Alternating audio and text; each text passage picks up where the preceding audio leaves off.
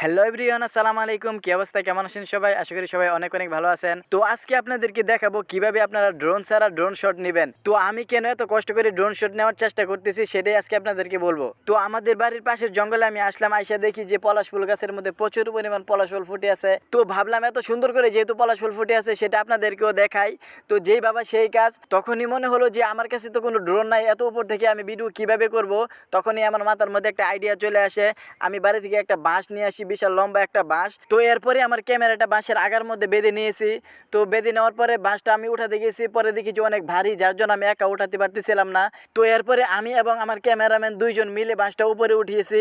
অনেক কষ্ট হয়েছে ভিডিওটা করতে। তো আশা করি সবাই লাইক, কমেন্ট এবং শেয়ার করে রাখবেন। তো যাই হোক, অনেক কষ্ট করে বাঁশটা উপরে উঠালাম। উঠানোর পরে আমি একাই বাঁশটা কন্ট্রোল করার চেষ্টা করছিলাম। এরপরও খুব কাঁপাকাঁপি করছিল, যার জন্য ভিডিওটা বেশি ভালো হয় নাই। এরপরেও আমি চেষ্টা করছি আপনাদেরকে ভালো ভিডিওটা করে দেওয়ার জন্য।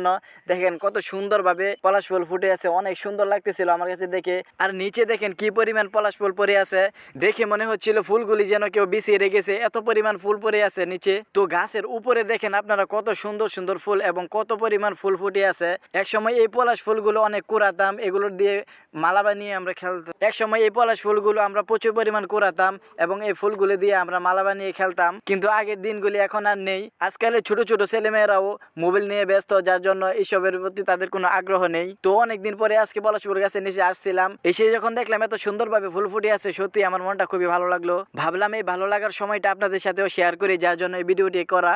তো এই ভিডিওটা কেমন হয়েছে অবশ্যই আপনারা সবাই কমেন্ট করে জানাবেন। সকলকে ধন্যবাদ এতক্ষণ আমার ভিডিওটি দেখার জন্য। সবাই ভালো থাকবেন, সুস্থ থাকবেন। আসসালামু আলাইকুম।